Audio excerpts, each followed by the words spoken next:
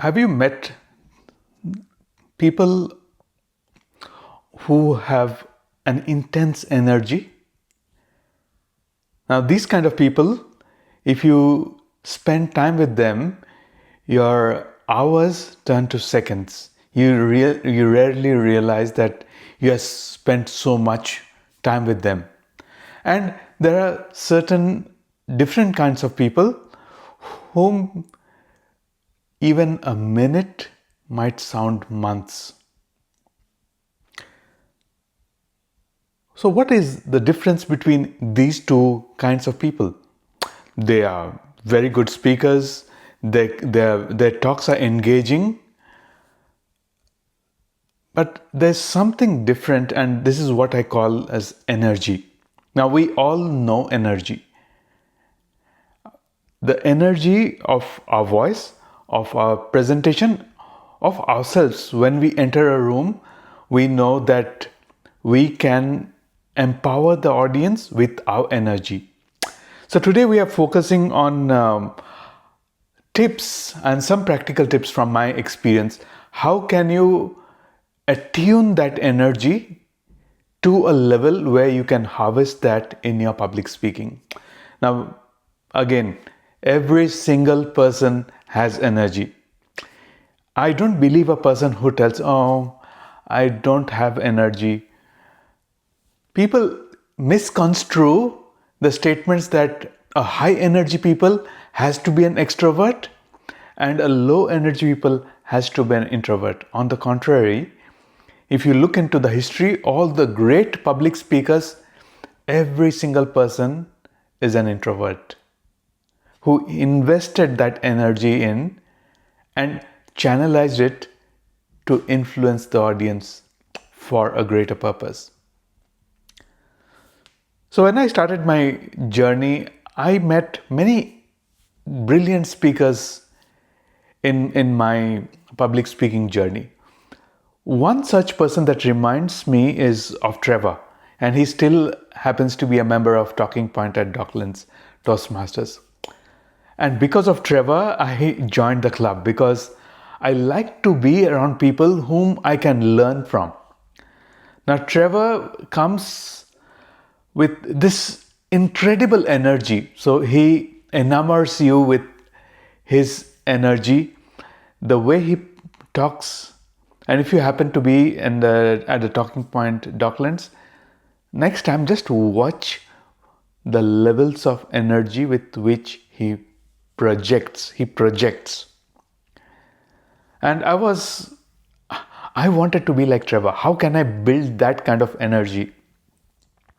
Though I didn't ask him, but across my other clubs and across other experiences at office and workplace, I could feel the energy, and sometimes your energy can be the deciding factor whether you are liked or not. In fact, liked is an important word, because in sales and in consultants world, if the clients don't like you, you don't get called for renewals, you don't get the jobs. So we consultants have to build the capacity of being more likable. That doesn't mean like dress up handsomely like a superhero, like the heroes of Hollywood, but something we were unconsciously trained to channelize your energy. So how do I do that? First is, let's get the baseline of your energy level. If you happen to have a recording, and this is why I recommend every time you go on the stage, record it, because that is the truth. That is the only truth that speaks back to you. You can have evaluations, you can have evaluators, but then there's something, when you see your video, you can gauge that energy. How did I come across? Baseline it. Now, if a scale of 0 to 10, where would you place yourself at the introduction? So we divide our speeches across 4 segments. Introduction is one, the last segment is the conclusion, and in between you can just put some markers in there. Story number 1, how is my energy, and story number 2, how is my energy. Now, many times, and the sales folks in you or in around, if you've seen some real estate people, they come across as extremely high energy. I had this chap at Carnegie planning to sell my apartment. He came in, "Hi Anshuman," he grabbed my hand, shook my hand, and he projected high energy. I didn't give him the job. I did. And you say, why would you not give the job? Because as an audience, as a person, as a seller, I was having that disconnect of the energy with him. So again, going back to the 4 dots, the 4 energy levels, if you rate yourself, how did you do well in the introduction? 1 to 10. How did you do in the first segment of your speech? Body 1, I would say body 2 for 7-minute speech. How did my energy level was at the midpoint, and then finally, how did I leave my audience with a message? And back to that example, you should not start with high energy. That's the tip, because just remember, the audience is silent, right? And if it again depends, but majority of the time, the audience doesn't know who you are, what you are going to project, what you are going to say. They have apprehensions. And we as presenters have to mirror that emotion and deliberately start with low energy. And the moment we start with a high energy, that creates a gap between your energy level and the audience's energy level. So have that emotional intelligence to understand, gauge the audience's energy. If your audience is already laughing, so for example, you are at the stand-up comedy, like in my previous experience, I was at the stand-up comic and I was filling in. So you don't have any other option but to start at a real high, because the audience have been already high. Somebody had warmed up the audience. But if your audience is cold, start with low energy. And then in your curve, move to the first level, increase your energy by 3 or 4 points. Now, how do I increase my energy? You can increase your energy by your voice. Voice is the most crucial thing, is your voice. Being cheerful, your facial expressions, your voice, just bump it a few more decibels up and raise it at a higher energy. And once you raise your voice, you will see that your body follows your voice, your face follows your voice. Like you start becoming more animated. Now again, in my school of thoughts, you do not practice body language. Let your body follow your voice.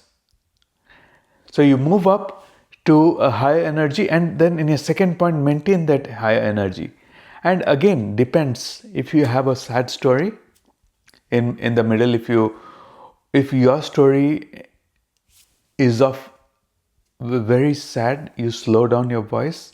You don't lower your volume, but you slow down the pace and space up your words, like how I'm doing. Space up your words and come down. You don't lower your volume. You space up your presentation and you go down. And then finally at the end, in the conclusion, you have to leave the audience at a high to become more memorable. And that is the gift you are giving to your audience.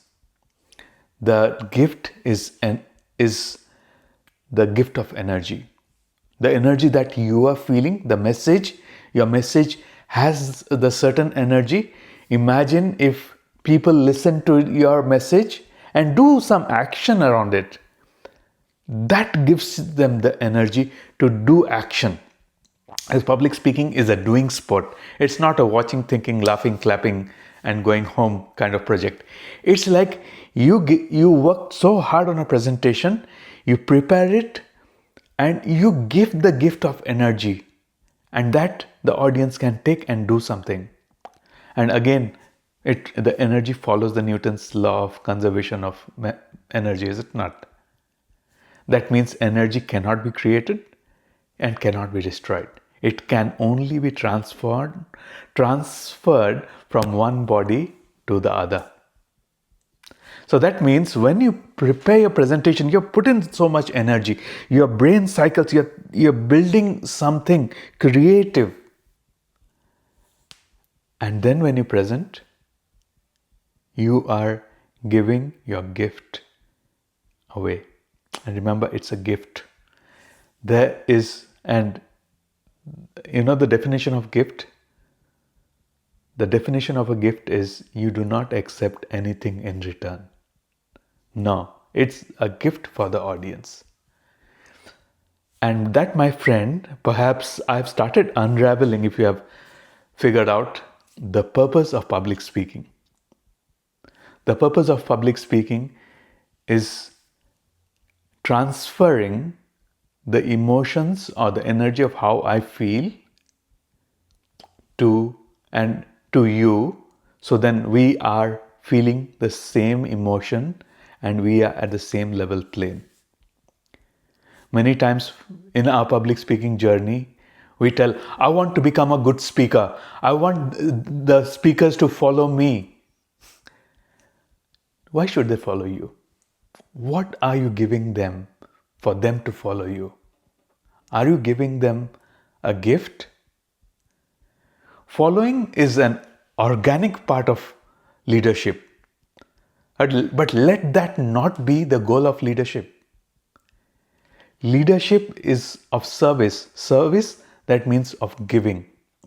Let go of having any anticipation of any response from the audience. And that, my friend, the moment you let go of expectations, that bugbear on your back, the monkey is off your back, it's gone. Now you are creating and you're giving energy to your people. So again, to sum up, go through your speeches, chart out the energy, rate yourself, how did I feel at all the 4 points, and start raising a point. How do I increase my energy from, say, level 3 to level 5? Like tune it, fine tune it, and then eventually, do I have to put in more stories? Because based on your energy, your stories also flow through. So that, my friend, is today's quick session, and today happens to be Yugadi, and Yugadi for South India, and Gudi Padwa for our Western Indian friends. If you are celebrating the welcoming of spring, and if you follow Ramadan, the holy month of Ramadan fasting, today is the day where our Muslim brothers and sisters complete the holy month of Ramadan and celebrate Eid ul-Fitr. So happy festivities today, and I'll see you next week. Bye for now. Take care.